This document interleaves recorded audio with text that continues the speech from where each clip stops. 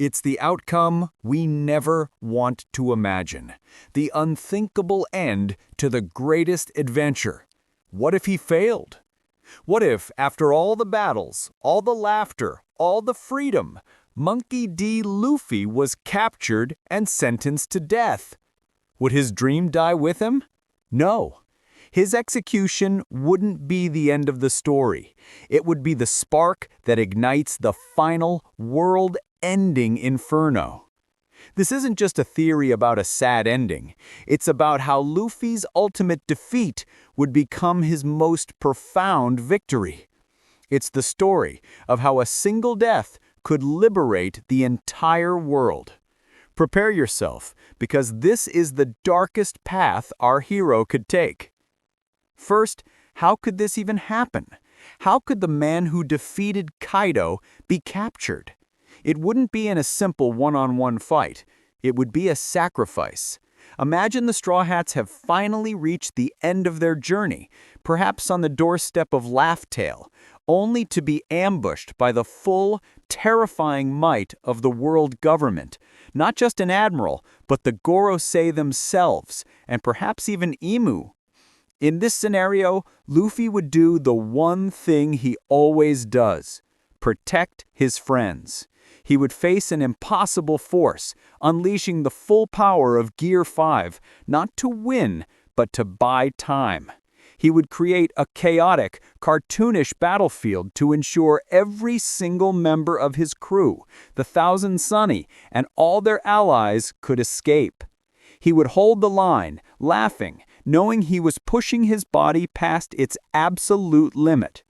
His capture wouldn't be a defeat, it would be a choice. He would be overwhelmed and taken down only after he knew his Nakama were safe. The world would see it as the fall of a Yonko, but his crew would know the truth. It was his final act as their captain. We would see him turn to his crew one last time and with a grin shout his final captain's order: "Go! Live free!"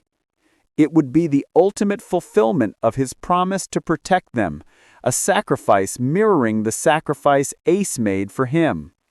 The sentence would be immediate and absolute. Public execution, not in secret, but for the whole world to see. Where would they execute him?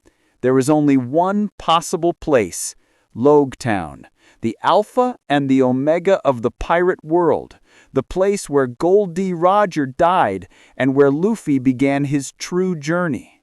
The world government would choose this location for its powerful symbolism. They would want to show the world that the dream that started in this town would die in this town. It would be their ultimate declaration of victory over the great pirate era. As Luffy is walked to the same execution platform, the world would be watching. Via Denden Mushi, every island, every kingdom, every ally and enemy would witness this moment. He wouldn't be crying or struggling. He would be walking with his head held high.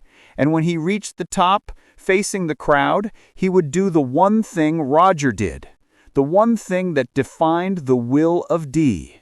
He would smile. A wide, genuine, D-shaped grin. A smile that says, "I have no regrets." A smile that tells the world that even in chains, he is the freest man alive. It would be a smile that would enrage his captors more than any act of defiance, because it would prove that they had captured his body, but not his spirit. That smile would be a final message to his crew, to his allies, to the entire world, telling them not to be sad, but to keep moving forward. It would be his final act of reassurance, a silent passing of the torch.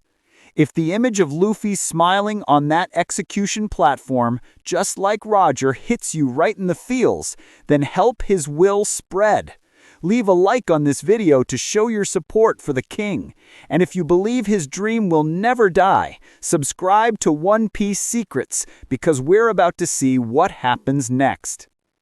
Before the blades fall, they would ask him about the One Piece, just as they asked Roger.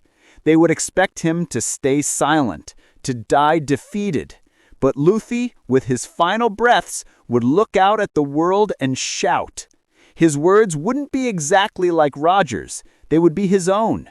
Something like, "My treasure? Of course it's real, but you're looking for the wrong thing. Find it. Become the freest person in the world. Laugh-Tale is waiting." The impact would be instantaneous and catastrophic for the world government. His words wouldn't just restart the great pirate era, they would evolve it. It would no longer be a race for wealth, but a race for truth and freedom. And then the world would erupt. His crew, watching from afar, would not see a defeated captain. They would see a martyr. Their grief would turn into a burning, unquenchable rage.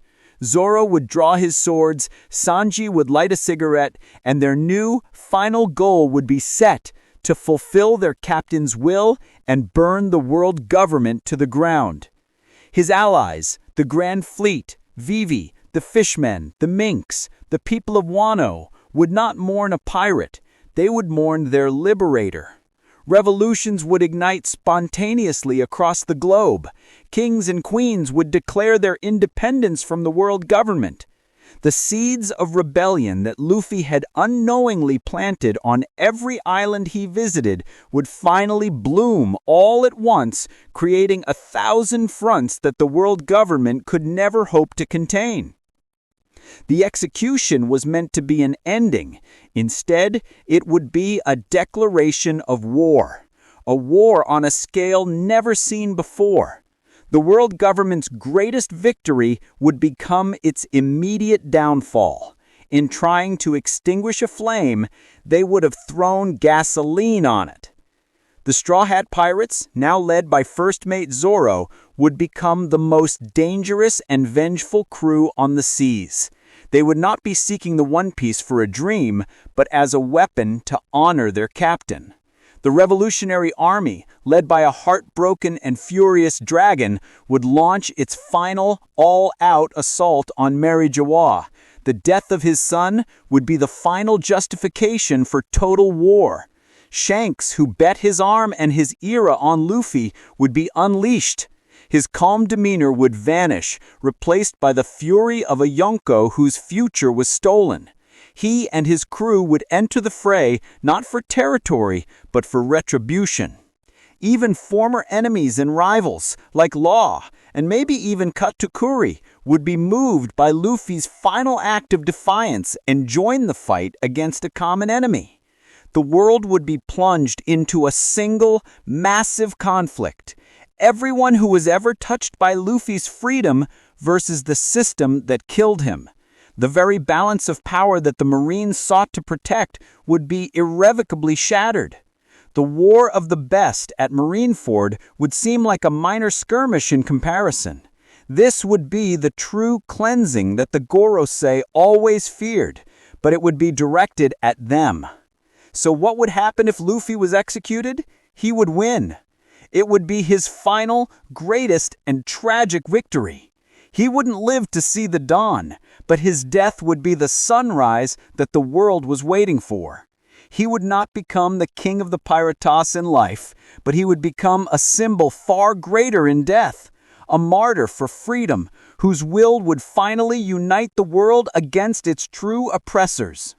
Roger's execution started a dream, an era of searching. Luffy's execution would start a war, an era of acting. He would prove that you can kill a man, but you cannot kill a dream.